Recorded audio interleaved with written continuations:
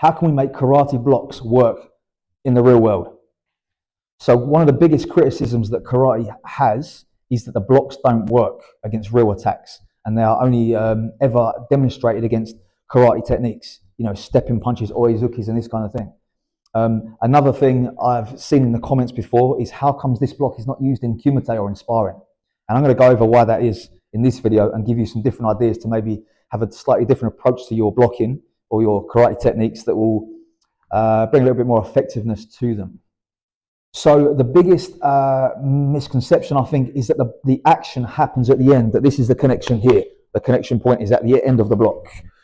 Whereas I like to think of all the action happening in the center. So as we come across the middle, that's when the block is, or the defense is happening, here in this middle space. Okay, so this is where I'm doing the work. This is the finish point, in the same that it is with a punch. You know, the punch would land and make connection before we complete that extension. And then when we go over this, I'll demonstrate some techniques here, and then we're going to see why these finished blocks don't happen in kumite, because the action, like I said, happens in this middle space of our body. So before we go into that, I just want to remind you again that we have our Patreon channel, which covers topics like this and others, and delivers exclusive content weekly. Over there, it's myself and Nat Hearn instructing different videos, answering requests, and basically giving you as much as we can in terms of our knowledge.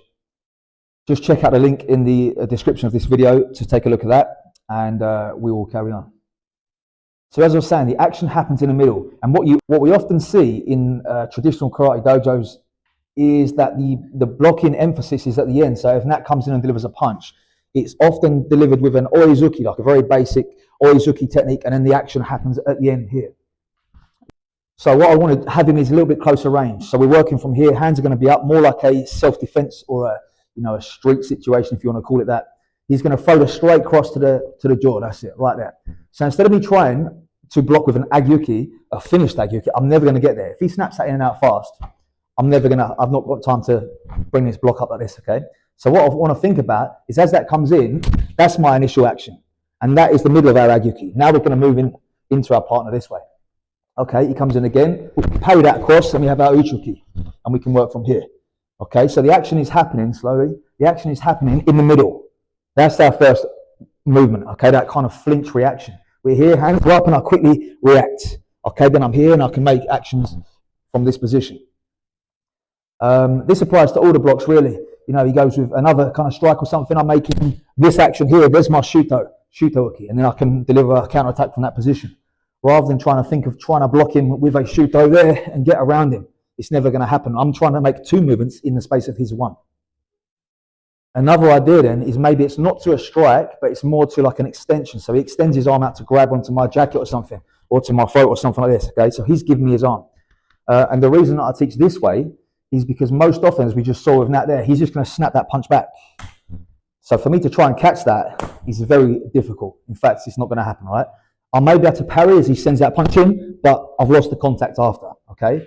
So I prefer the idea where he reaches out to grab me, and he's obviously putting some weight forwards onto that. So if I can try and get that grab before he connects, he's still coming forwards for that extension. That's when I can maybe take control of that arm and do something myself.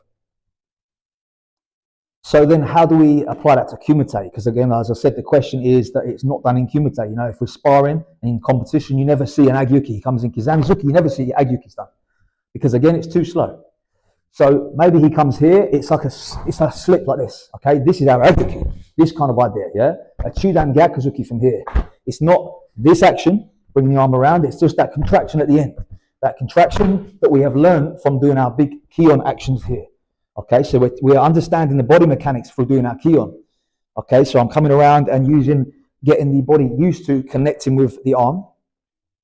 As we come to kumite now, after many repetitions of doing that kind of strict formal kion exercise, now all I need to do is understand that connection with the body. So as he comes in for that gyakuzuki, that's my connection. There, and then we can come back in this way.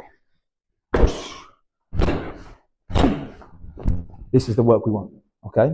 So this is an approach we can then take for our ideas in kata. If we're looking at kata applications, we can start to sort of understand the kata a little bit better, I think, when we are making the action happen in the middle of the movement. Okay, so not just making a shape at the end, but the action happens on the way to the end of that technique. If we take, for example, Heian Sandan or Jion, we have this action like an Uchi-uki and Gedanbo together. So as Nat's making, again, a grab or something, I'm making this action here and I'm striking. Okay, so the action happens in the middle of the technique. As he reaches forwards, I'm getting that connection here, as we do in the kata from here, Heian Sandan or Jion. So it's there, one. There's that connection there, boom. And then we have our finish point, okay? So something to consider in your karate, try to think of it a little differently. The term uki, as in agi-uki, soto-uki, uchi-uki, means to receive. It doesn't actually translate to block. Okay, blocking would be a little bit more like him throwing a hook or something and me just covering up and blocking the technique. Okay, I'm not blocking as such. I'm receiving and rediverting these techniques as they come in.